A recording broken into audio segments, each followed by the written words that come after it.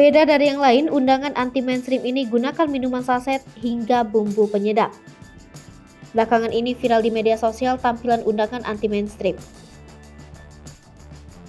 Sebuah video diunggah akun TikTok Muhas94. Beberapa waktu lalu, pemilik akun memperlihatkan bagaimana masyarakat di sekitar tempat tinggalnya membuat undangan acara.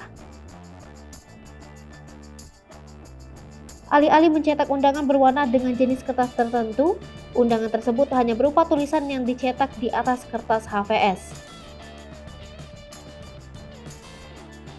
Ukurannya pun terbilang kecil, itu karena setiap undangan akan direkatkan bersama dengan minuman saset atau bumbu penyedap masakan. Pemilik akun memperlihatkan contoh dua undangan. Salah satunya adalah undangan acara hitanan atau sunat seorang anak lelaki bernama Lugas di Desa Karangasem, Kabupaten Majalengka, Jawa Barat. Sementara itu, undangan lainnya merupakan acara pernikahan kedua mempelai bernama Dadan dan Ayu yang diselenggarakan pada 25 Mei 2022. Mengingat ukurannya yang minimalis, tulisan di dalam undangan itu pun hanya berisi poin-poin penting seperti hari, tanggal, tempat, dan pihak penyelenggara acara.